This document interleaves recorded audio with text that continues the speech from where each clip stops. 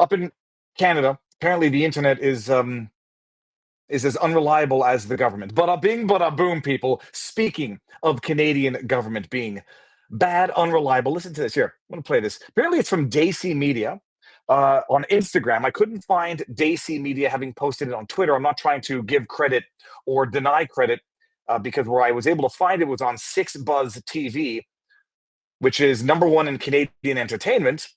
And they've played this video, and you will not believe the virtue signaling firestorm that this has triggered on social media. We'll play it uninterrupted, and I'll tell you what I think in a second. But by the way, these are microphones on the earbuds. I don't know what it sounds like. I'll have to listen to it in a second. For context, for those who are listening on podcast, we're looking at a video filmed horizontally, vertically, which is very, very annoying.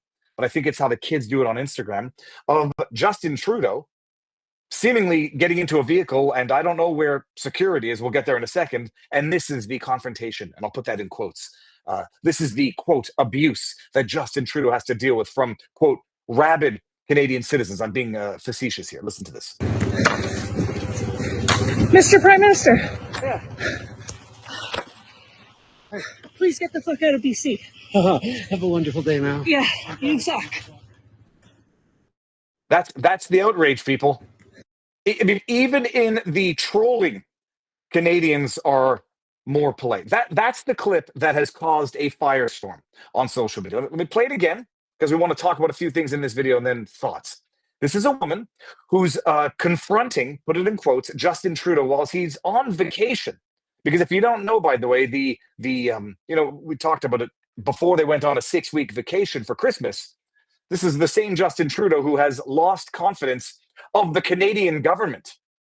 Same Justin Trudeau Liberal Party who had their Minister of Finance resign 2 hours before she was supposed to provide the fiscal update, which would show that they were 50%, $23 billion over their projected deficit, resigns. The fill-in for Minister of Finance resigns as well.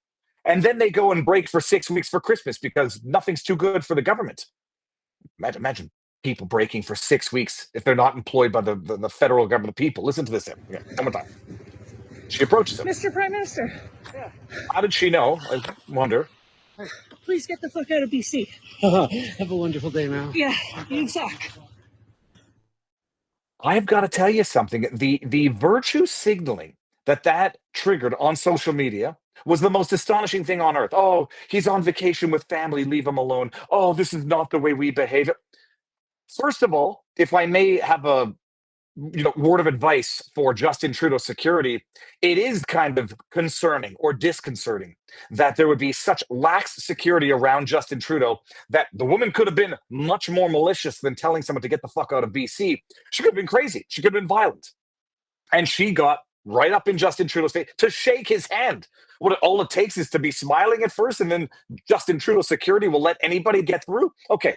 Set aside the security lapse, and it's an absolute egregious lapse of security because Justin Trudeau, I mean, he needs it. You don't spurn and scorn tens of millions of people and then not think you've made a few enemies, and rightly so. But the bottom line, this woman's greatest transgression, the most emblematic symbol of Canadian political hatred, is a woman telling Justin Trudeau to get the fuck out of BC because nobody likes him and he sucks. She said it quite politely. And you get on social media, and the amount of people saying this is just terrible is obscene. I would not do it personally. And not because I wouldn't tell him to go F himself. I'll tell him to go F himself every day of the week. I wouldn't necessarily approach him in person in front of his kid while he's on. I couldn't kill us if he's on vacation anyhow. I wouldn't do it if I saw him in Parliament. But the idea that this guy, don't bother him while he's on vacation, skiing in British Columbia, while Canadians are going through what Canadians are going through because of him. Don't bother him while he's on vacation for 6 freaking weeks so that they can then prorogue Parliament when they get back and probably have a new election called right in time for a bunch of his other partners in crime to get their federal pensions. The man is on vacation with his family. Do you know how many people that man in particular prevented from vacationing with their family by way of their vaccine mandates for air travel, train, and bus? Can you imagine the guy who prevented people from traveling unless they submitted to an experimental medical procedure? Now other people out there feigning outrage that you might interfere with his family vacation. Go to hell. This man has not just ruined lives through policy, prevented other people from having the same freedoms to vacation with their family, both policy-wise and financially-wise. Oh, leave him alone. He's on vacation. There are people who have been injured and killed as a result of his federal policy, but don't tell him to get the fuck out of your province because you don't like him, because he's not welcome there, because he is hated and he is not welcome there. Give me a break. I made a joke. He deserves far worse than this. I say politically, maybe even legally. I do believe spiritually he's going to be damned to hell if he's not already in hell on earth, because he can't walk anywhere without angry Canadian citizens telling him to go fuck himself.